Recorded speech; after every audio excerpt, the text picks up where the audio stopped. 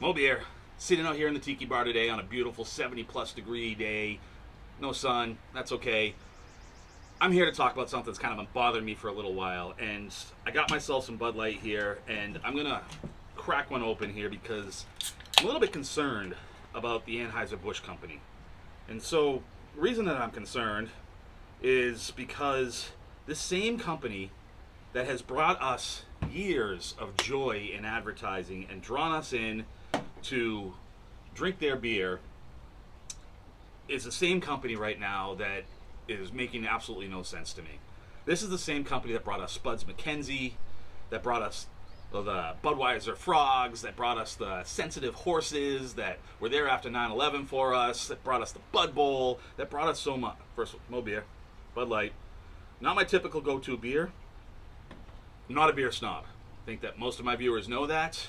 I think that most of my viewers are craft beer lovers, but beer brings us together. It should not divide. And it doesn't matter if you drink Bud Light, if you drink a wit, a IPA, a sour. It really has no bearing. A stout doesn't matter to me. Love you all. Here we go. Bud Light.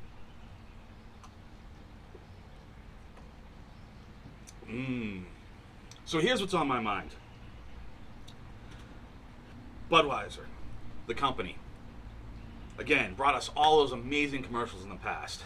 And now we have these commercials out that are these ancient kings from long, long time ago. This pansy-ass guy that is really sensitive about what he drinks and who he has in his kingdom. And if you drink anything but the Bud Light, then they're going to stone you outside. And that's all funny. And they bring in this pasty king from another land with a wig, and he's all flamboyant. And he wants to drink craft beer, so they lock him in the cellar, and he won't even try the craft. He's got to have his Bud Light. Okay, that's fine. But here's my issue, is that you have this king from like long, long time ago, like the 1400s or 1500s or whatever it might be, and that king from many, many, many years ago in the way past is supposed to convince the new generation what beers to drink. So that makes no sense. That's number one. Number two, then they have this robot knight.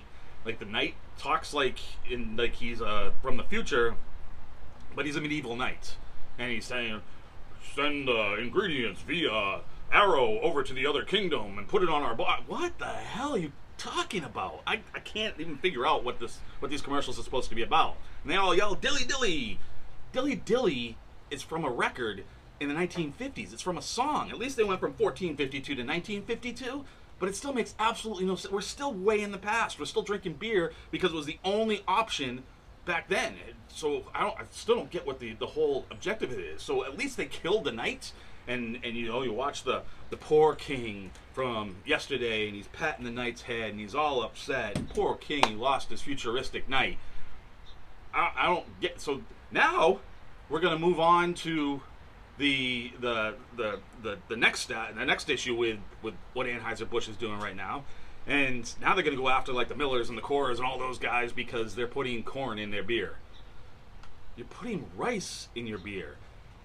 You put rice and you put corn in your beer, in your ingredients, for the same exact reason. And that is because it's cheaper and you can mass produce quicker and you can get the beer out and you can do it for a lot less money. That is the main reason for it. So you're bragging about something, you're just changing the letters. You're changing it from CORN to RICE when it really should just be CHEAP. And it's no big deal. You want to sell a beer? There's a lot of people that like Bud Light and Budweiser and even Bud Ice and Bud Dry and everything else. That's fine. But why are you attacking the people that are doing the same thing as you? Everybody that knows beer knows that it's made with 4 ingredients: wheat, barley, hops, and water. Those are the 4 ingredients. Everybody knows. Alexa, what 4 ingredients are in beer? This might answer your question. Beer includes water, hops, yeast, and barley. Everybody knows it. Even Alexa knows it. So why do you I feel like there's this inside infiltration at Anheuser Busch, and Joao Navis, or whatever the CEO's name at Budweiser, he's kind of like that. He's got like 6 names, and I can't even pronounce the 2 that I just said. But it's kind of like League of Their Own, not League of Their Own. That was a girl one. Major League, where the the daughter inherits the team, and she wants to throw the season, and so she comes up with all these conniving ways to throw the season, and it's almost like somebody at Budweiser is doing the same exact thing. Like some craft beer person has taken a job at Budweiser and like, watch what I can do to ruin this company, and watch what I can do to make everybody just utterly confused, because you can't tell me that this is selling their beer. It makes absolutely no sense, and it's pissing me off. And I don't even like Bud Light. I don't like the Budweiser products. Of all the light beers, I did a MOBEER review a long time ago. Bud Light was the best of the light beers. I think we had Coors Light, Miller Light, Bud Light, and I think I did like I don't even know, Amstel Light, something like that were in it. And it was the best flavored beer of the four, so maybe I like the rice in it, but it doesn't make any sense. So this is a MOBEER PSA pleading with the people of Anheuser Busch. I may not like your beer, but I love your marketing prior to this. Bring Spuds back, bring the Bullfrogs back, do something to entertain me again, because we need each other. The beer community needs each other. And so, from me to you, cut the shit, Budweiser. Bring back the good old days. Not 1452, but 1994. MOBEER. Are we still rolling? One take, no edits.